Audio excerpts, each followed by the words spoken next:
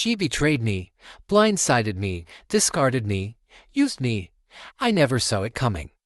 Looking back, there were subtle hints, small cracks in the facade that I might have noticed if I hadn't been so wrapped up in the dream of us. But hindsight is cruel that way, sharpening the edges of memories I once cherished and making them cut deeper than I ever thought possible. We had been together for years. At first, it was like living in a haze of golden light, the kind of love you imagine is rare and enduring. She seemed to see every part of me, even the hidden corners I was afraid to show, and accepted them with an ease that left me breathless. I had never felt so understood, so wanted. It was as if she had taken the fragmented pieces of my life and effortlessly made them whole. I loved her with a kind of reckless abandon, the kind that leaves you vulnerable in ways you don't even recognize. I didn't notice the shift at first. It started so gradually that it was easy to write off as stress, or the natural ebb and flow of a long-term relationship. The texts became a little shorter, her responses less enthusiastic. She started spending more time away from home, citing work or errands or the need to just clear her head. I wanted to be understanding, to give her space, because isn't that what love is? But something deep in my gut began to churn, a quiet, persistent whisper that told me something wasn't right. I ignored it. I convinced myself I was being paranoid, that I was overthinking things. After all, she had always been there for me, hadn't she? Through my roughest days, when I doubted myself and my worth, she had been my anchor. Why would she betray that? Why would she betray me? But the cracks widened. The distance between us grew, a silent chasm that I couldn't seem to bridge no matter how hard I tried. I started to feel like a stranger in my own relationship, walking on eggshells and second-guessing every word, every action. I told myself it was just a phase, that every couple went through rough patches. I just had to hold on, stay strong, and things would get better. They had to. Then, one day, it all came crashing down. It wasn't dramatic or explosive, there was no screaming or tears. Just a single, undeniable revelation that shattered the illusion I had been clinging to. I found out she had been seeing someone else, not recently, either, for months. While I was pouring every ounce of myself into our relationship, she had been sharing pieces of herself with someone else, pieces I thought were mine, and mine alone. The betrayal wasn't just in the act, it was in the lies, the manipulation, the cold, calculated way she had used me. She had taken my love, my trust, and twisted it into something unrecognizable. I felt like a fool, blindsided and discarded, like I was nothing more than a placeholder, a convenience. All the moments we shared, the promises we made, they suddenly felt hollow, like they had meant more to me than they ever had to her. I replayed everything in my mind, over and over, trying to pinpoint where it had all gone wrong. Had I been too trusting, too naive? I started to question myself, my worth, my ability to ever truly know someone. She had looked me in the eyes so many times, told me she loved me, held me close as if I was her entire world. How could someone fake that? How could someone be so cruel? But the worst part wasn't just the betrayal, it was the way she discarded me afterward, as if I was nothing more than a chapter she had finished reading. She didn't apologize, didn't try to explain. She simply walked away, leaving me to pick up the pieces of a life I had built around her. I was left with an emptiness so vast it felt like it might swallow me whole. For weeks, I existed in a daze. The world around me felt muted, as if the betrayal had drained the color from everything I once loved. I couldn't eat, couldn't sleep. I would lie awake at night, staring at the ceiling, haunted by the ghost of her presence. Every corner of our home was a reminder of what I had lost, what she had stolen from me. I wanted answers, closure, something to make sense of the chaos she had left behind. But I knew I would never get it. She had made her choice, and I was no longer a part of it. That realization was a bitter pill to swallow, but it was also the beginning of my healing. Slowly, I began to accept that her actions said more about her than they ever did about me. I had given her everything I had, and while it wasn't enough for her, it had to be enough for me. The road to recovery was long and filled with moments of doubt. There were days when the anger consumed me, when I wanted to scream at the universe for allowing someone like her into my life. But there were also moments of clarity, when I realized that her betrayal didn't define me. I had been blindsided, used, and discarded, yes. But I had also loved deeply and wholeheartedly. That was something she could never take away from me. In the end, I learned that healing wasn't about forgetting what happened, it was about finding the strength to move forward in spite of it. I may have been broken, but I was not destroyed. Piece by piece, I began to rebuild myself, not for her or anyone else, but for me. I deserved that much. And so, while her betrayal left scars that I will carry for the rest of my life, it also taught me something invaluable. I am stronger than I ever knew. Strong enough to survive her, strong enough to rise. Again, the days stretched into months, and while the pain dulled, it never truly disappeared. It lingered like a shadow, always just at the edge of my awareness, waiting to remind me of what I'd been through. Moving forward wasn't a straight line.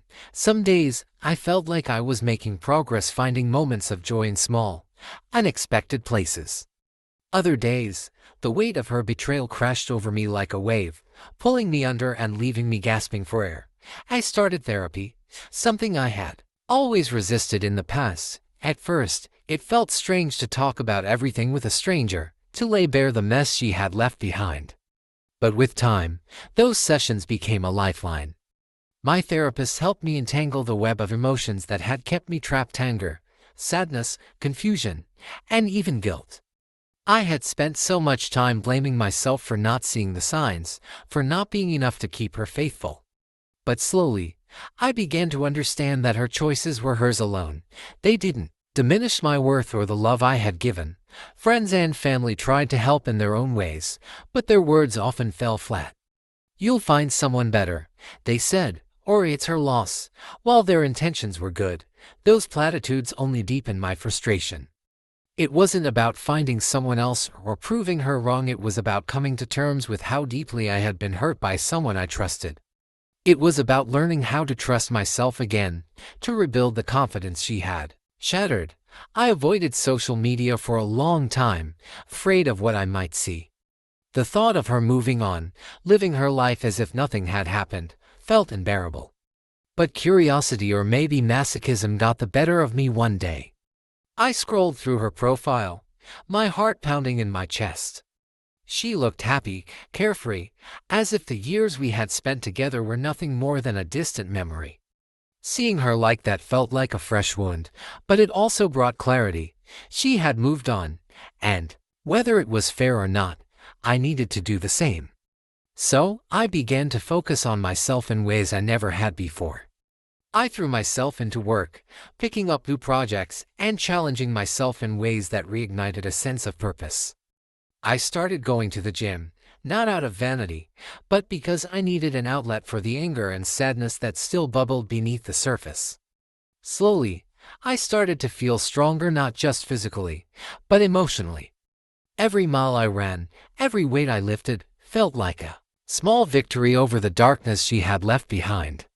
I also rediscovered old hobbies I had abandoned during our relationship.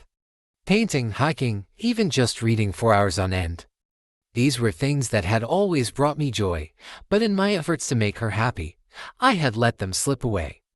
Reconnecting with those parts of myself felt like reclaiming pieces of my identity she had taken with her when she left.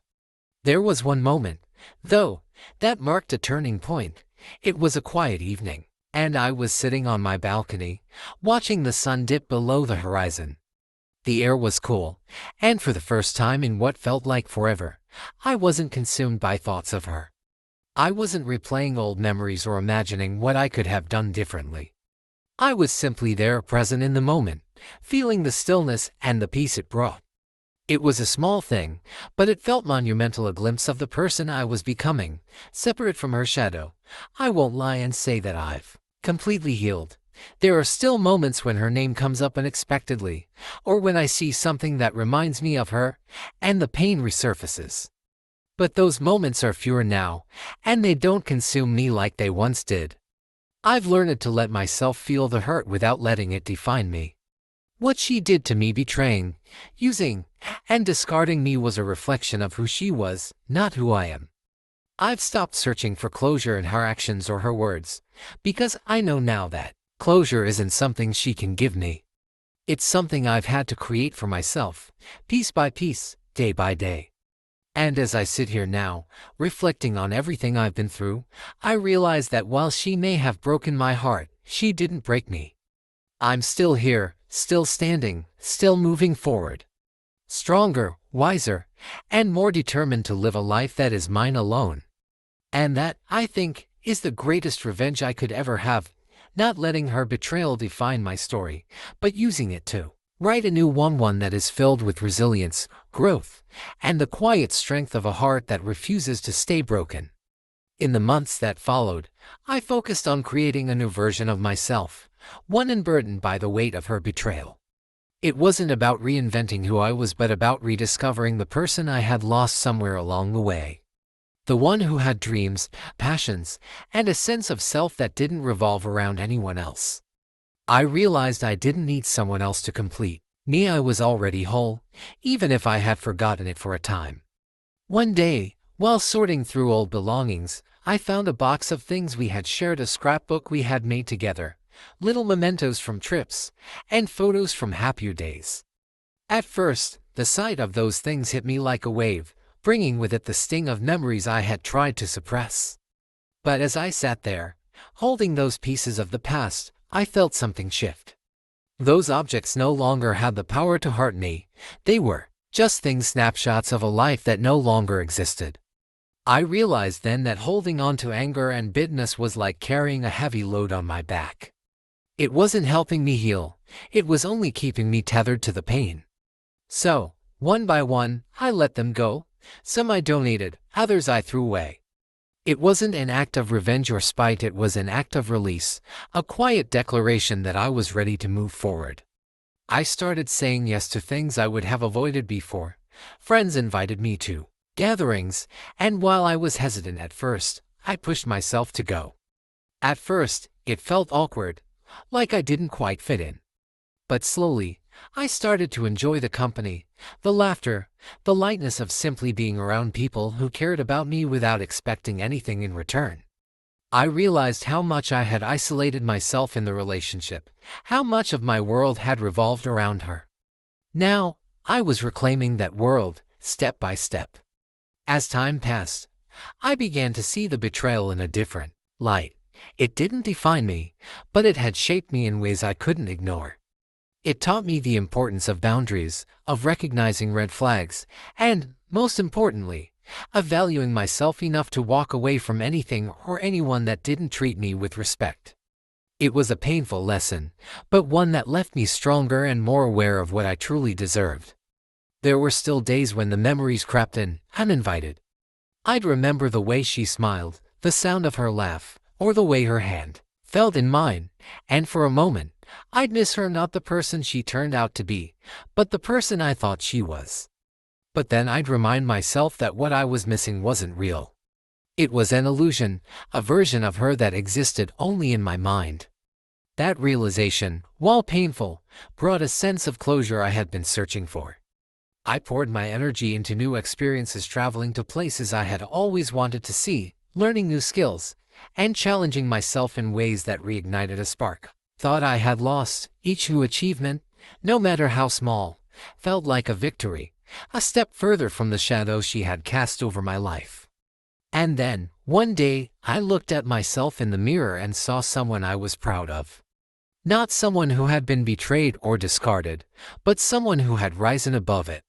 Someone who had faced heartbreak and come out the other side, stronger and more resilient. I didn't need validation from anyone else, least of all her. I had found it within myself. Betrayal had been a storm that threatened to destroy me, but I had weathered it. And in its aftermath, I found something I hadn't expected: clarity. I knew now that I deserved a love that was honest and kind, a love that built me up instead of tearing me down. But more than that, I knew I could be whole and happy on my own. In the end, her actions may have broken my heart, but they didn't break my spirit. I had rebuilt my life, piece by piece, and in doing so, I had found a strength I didn't know I had, and that strength was mine alone, untouchable and unwavering. For the first time in a long time, I felt free.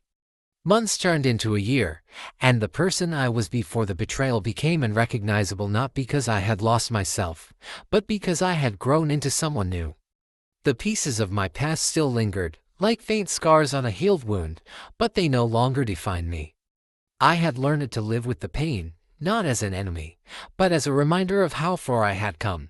I started to notice the small things in life again, the way the sunlight filtered through my window in the morning, the sound of birds chirping outside, the peaceful quiet of a Sunday afternoon. These simple moments, once overshadowed by the chaos of my emotions, began to feel like gifts.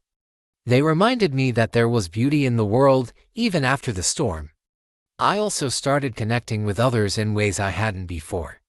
I volunteered at a local shelter, something I had always wanted to do but never made time for. The experience was humbling. Listening to others share their struggles reminded me that pain wasn't unique to me. It was universal, and in their resilience, I found inspiration. Helping others became a way of healing myself, a way of giving meaning to the suffering I had endured. Occasionally, I would hear about her through mutual acquaintances. She had moved on, as I expected she would, her life continuing as if the wreckage she left behind was just a footnote in her story. At first, those updates stung, reopening wounds I thought had closed, but with time, they lost their power. I realized that her life was no longer my concern, just as mine was no longer hers. She was part of my past, but my future was mine to shape. The defining moment came when I ran into her unexpectedly at a coffee shop. My heart skipped a beat at the sight of her, not from longing, but from the sudden collision of past and present. She looked the same, yet different, less like the person I had loved, and more like a stranger. She noticed me and hesitated, as if deciding whether to approach. I nodded politely but didn't engage. I had no interest in reopening old wounds or seeking closure that no longer mattered. As I walked away, I felt a profound sense of relief. I didn't need her to acknowledge my pain or her role in it. I had already done the work to heal. The days that followed felt lighter, as if that brief encounter had released the last remnants of her hold on me. I realized that forgiveness wasn't about absolving her, it was about freeing myself from the chains of resentment. She had taken enough from me. I wasn't going to let her take my peace too. Eventually, I found myself open to the idea of love again. Not out of a need to fill a void, but because I had rebuilt my foundation strong enough to share it with someone else. I approached relationships with a new sense of clarity, unafraid to set boundaries and unwilling to compromise my self-worth. I knew now what I deserved, and I wouldn't settle for anything less. And then, when I least expected it, I met someone. She was kind, thoughtful, and steady, a stark contrast to the whirlwind of my past. Our connection grew slowly, built on trust and mutual respect. It was different, quieter, but in the best possible way. For the first time, love felt like a partnership, not a battlefield. Looking back, I understood that the pain I endured had shaped me, but it didn't define me. It had taught me resilience, self-awareness, and the importance of loving myself first. While I wouldn't wish the experience on anyone, I wouldn't trade the person I had become because of it. Life has a way of breaking you down only to rebuild you stronger. And though I'll carry the lessons of that betrayal with me forever, they are no longer weights dragging me down. They are part of my story, a story of survival, growth, and the quiet triumph of a heart that refused to stay broken. As time went on, the love I had found in myself and with someone new became a sanctuary I never thought I would have again. The shadows of my past remained, but they faded further into the background. My life no longer felt like a collection of wounds waiting to heal, but a mosaic one where every crack and flaw had been transformed into something meaningful. The relationship I entered after her wasn't like anything I had known. There was no need to walk on eggshells, no looming fear of being blindsided by betrayal. Instead, there was honesty, transparency, and a kind of peace that I didn't realize love could offer. We had our challenges, of course every relationship does, but we faced them together, as a team. There were no power struggles, no keeping score. It felt natural, like this was how love was meant to be. One evening, as I sat with my new partner under a starlit sky, I felt a wave of gratitude. For the first time in years, I wasn't consumed by what had been taken from me. Instead, I was focused on what I had built. The memories of betrayal no longer haunted me. They had transformed into reminders of how far I had come. I had learned to let go of the anger, the resentment, and the what-ifs that had once consumed me. But moving on wasn't just about falling in love again. It was about finding joy in the everyday moments of life. I had become more present, more attuned to the little things that brought happiness: a good cup of coffee, a quiet walk in the park, a moment of laughter shared with friends. These things, I realized, were the building blocks of a fulfilling life, far more than grand gestures or fleeting passions. Occasionally, memories of her would surface, unbidden but no longer painful. They felt more like echoes than wounds, faint reminders of a life I had left behind. I could think of her now without the bitterness that once gripped me. She was a chapter in my story, one that had ended, but one I no longer needed to erase. In some ways, I was even grateful. Her betrayal had forced me to confront parts of myself I might have ignored otherwise. It had broken me open, but it also allowed me to rebuild stronger and more aware. My new partner and I talked about our pasts openly, and when I shared my story, it wasn't with shame or hesitation. It was just a fact of my life, something I had lived through and grown from. There was no fear of judgment, no need to hide. She listened, not as someone who needed to fix me but as someone who wanted to understand, and in her understanding, I found a sense of validation that I hadn't realized I was still seeking. As the years passed, I built a life I was proud of, one filled with meaningful connections, personal growth, and a love that felt like coming home. The person I had been during those dark days seemed like a distant memory, but I carried their strength with me. That version of myself had fought through the pain, had refused to give up even when the future seemed bleak. They had survived, and for that, I owed them everything. There were moments when I looked back at my journey and felt a deep sense of pride. Not for surviving her betrayal, but for thriving in its aftermath. I had taken what could have destroyed me and turned it into a foundation for something greater. My life wasn't perfect, no one's is, but it was mine, and it was beautiful in its imperfections. And so, I moved forward, not forgetting the past but no longer defined by it.